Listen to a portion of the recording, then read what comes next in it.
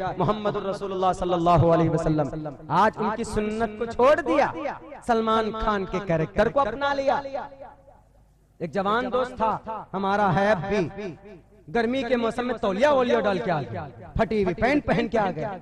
ये नंगे हो जाए ना कुछ दिनों में तो हमारे जवान भी नंगे हो जाए। कहेंगे क्यों? सलमान खान नंगा हुआ, इसीलिए फटी हुई पैंट। तब जब आप आ ही गए हैं गर्मी के मौसम में तौलिया, what do you use in the hot season in तौलिया, टॉवेल क्यों यूज किया, क्या वजह थी? मौलाना आपको मालूम नहीं? हमने कहा रे नमाज पढ़ते हो तो सर पे टोपी नहीं रखते हो, लेकिन आज तौलिया वोलिया लपेट के आ गए हो, जुम्मा का दिन जुम्मा। बोला आपको मालूम नहीं है मौलाना, today release the big movies, आज बहुत बड़ी पिक्चर रिलीज हुई है। आज जुम्मे के वक्त में, जुम्मे के दिन ही फिल्म क्यों रिलीज होती पता है? जुम्मे के दिन ही। बहुत पहले तहकीक की थी विनस टी सीरीज, मार्वल, ये हॉलीवुड मूवीज की एजेंसी, ये यहूदियों की चाल है। जुम्मे के दिन इसलिए फिल्म रिलीज होती है ताकि जवानों, मुस्लिम जवानों का एक बहुत बड़ा तबका फिल्म हॉल में घुस जाए और मस्जिद वीरान हो जाए। ये सबसे बड़ा एजेंडा उन लोगों का।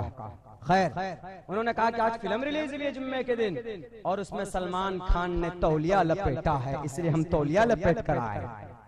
ये अल्लाह भी और उसके रसूल भी, तमाम फरिश्तों की भी लानत होती होगी। अल्लाह के नबी की एक सुन्नत पर अगर तुम अमल कर लेते, अगर उसी तौलिया को पगड़ी बनाकर रख लेते और ये तसव्वुर करते कि भाई ये मेरे मोहम्मद की सुन्नत है, तो मोहम्मद रसूलुल्लाह का फरमान मिशकात के अंदर है, मन अहया सुन्नती इंद फसाद उम्मती फलहु अज्रु मिअती शहीद। जो बंदा इस वक्त, इस घटाटोप अंधेरे में, इस बिगाड़ के जमाने में अगर एक सुन्नत पर अमल कर लेता है तो 100 शहीदों का सवाब उसके नाम आमाल में लिखा जाता है। कोई हमारे जवान ऐसे नहीं, हमारा रोल मॉडल तो यही लाल बुजक्कर लोग होंगे, ये मटकाने कमर लटकाने वाले होंगे। नहीं मेरे मुस्लिम भाइयों, हमने अपनी शरीयत के खिलाफ जाना शुरू किया तो अल्लाह तबारक व तआला ने जालिम बादशाहों को हमारे ऊपर मुसल्लत कर दिया।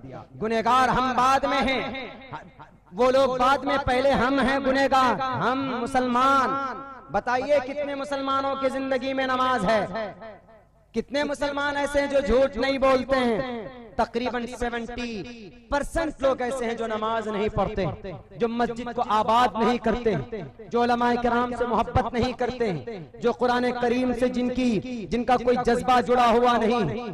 हम मौलाना लोगों को समझते हैं कि ये टोपी और दाढ़ी वाले मौलाना साहब ये 4000 5000 रुपए कमाते हैं, और जब रिश्ता कोई मौलाना साहब का जाता है तो लड़की वाला कहता है कि अरे मौलाना साहब से अपनी बेटी का रिश्ता नहीं करेंगे, क्यों? हमारी बेटी को खुश नहीं रख पाएगा। 4000 5000 रुपए कमाएगा, ज्यादा मस्जिद में मदरसे में लोटा तोड़ेगा, चटाई फोड़ेगा। इसलिए मैं कोई जॉब होल्डर चाहिए, कोई डरमुंडा चाहिए उसको, लेकिन उसको ये पता नहीं कि ये उलमा का इनकी फजीलत अल्लाह ने क्या बयान की। अरे खुद अल्लाह ने कुरान में इनकी फजीलत को बयान करता है, इन्नमा यख्शल्लाह मिन इबादिहिल उलमा।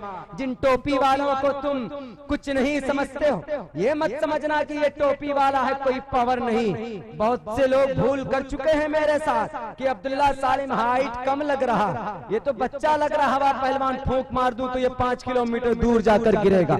हमने कहा कि मेरी हाइट से मेरी अंदर की क्वालिफिकेशन का अंदाजा मत लगाना, अल्लाह ने अंदर फाइट बहुत दी है, इसलिए कभी भूल कर ये गलती मत करना। एक रोज हम सियालदा के स्टेशन से जा रहे थे मुर्शिदाबाद जलसे में, जगह थी थोड़ी सी, लेकिन एक बूढ़ी औरत आई तो हम खड़े हो गए, तो वो बैठ गई। एक आदमी आया जेंटलमैन, वही गर्लफ्रेंड वाला आया हाथ पे हाथ डालकर, मौलाना मुल्ला जी जरा जगह दे दीजिए। हमने कहा भैया जगह नहीं है, पहले से तो मैं खड़ा हूँ, अपनी सीट मेरी कंफर्म सीट है, उसके बावजूद भी इसको जनरल बना दिया, मैं तो नहीं बैठने की, इनसे पूछो। अब वो औरत को वो कह रहा है कि मैडम जरा उधर हो जाइए, हम दोनों बैठ जाएंगे। उन्होंने कहा आप तो नहीं बैठ सकते, इसको बैठा देता हूँ। कहा नहीं, इसके साथ मैं भी बैठूं। ऐसा नशा चढ़ा हुआ। उसके बाद इंग्लिश में बोलने लगा, and move here and I want to sit here. बोलने खूब शुरू कर दी उसने। अब वो बेचारी औरत, वो बंगला, सीधी सादे लोग होते हैं बंगाल के, उन्होंने कोशिश की तो हमने कहा कि sir, and I this time if I want every person seat out from here because 15 days back I confirmed this birth, this is my birth, and you must go here from here right now, otherwise I call TT साहब को बुलाओ। अब देखा मौलवी साहब English बोल रहा है, अरे बाप। तो वही मौलवी साहब की सादगीपन को देख करके कभी भी इनकी फजीलत का अंदाजा नहीं लगाइएगा। पता है इनका मकाम क्या?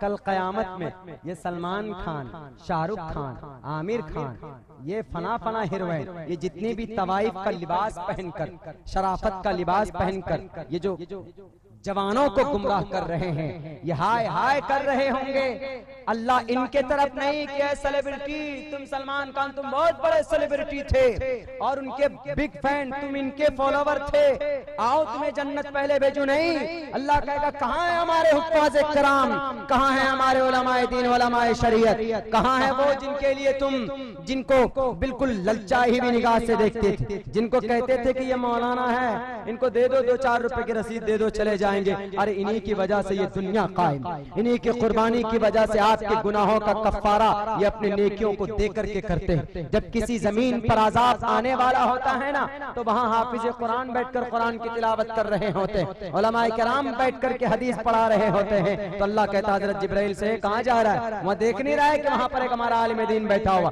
उसकी फजीलत में आजा वापस, उस अजाब को टाल लेते हैं। कल क़यामत के दिन इन्हीं हाफिजों को, जिन्हें कहा जाता है कि इनका कोई मकाम नहीं है, ये ज्यादा से ज्यादा मस्जिद के अंदर लोटा तोड़ेंगे, 5000 रुपए कमाएंगे, इसीलिए इनको कोई अहमियत आज हम नहीं देते। कल क़यामत में अल्लाह इससे कहेगा कि जा 10 जहन्नमियों को, जिन पर जहन्नम इम्पोर्टेंट वाजिब हो चुकी है, उनको अपने बाजुओं में पकड़, अपने खानदान के 10 आदमियों को, ऐसे साधारण आदमियों को नहीं, जहन्नम का जिनके लिए फैसला हो चुका है, पकड़ो उनको अपने हाथों में, कुरान पढ़ता जा, जन्नत के बुलंद दर्जात पर चढ़ता जा। जहाँ तेरा कुरान पूरा हो जाए, जहाँ तेरी तिलावत खत्म हो जाए, वहीं पर तुम्हारे अमन और हेवन के अंदर तुम्हारे लिए पैलेस है, वहीं पर तुम्हारा ठिकाना होगा।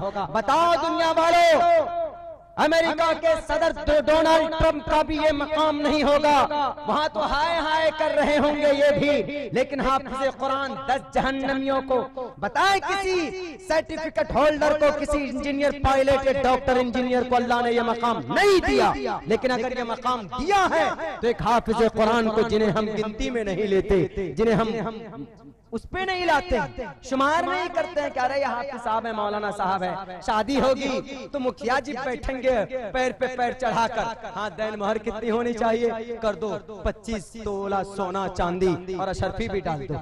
पता चला कोई बेचारा जो दूल्हा बाबू है, उसकी औकात 10 रुपए कमाने के दिन में नहीं है, उसके ऊपर 7-8 लाख रुपए की दैन मोहर मुतय्यन कर देते हैं। कौन? मुखिया जी, सरपंच साहब।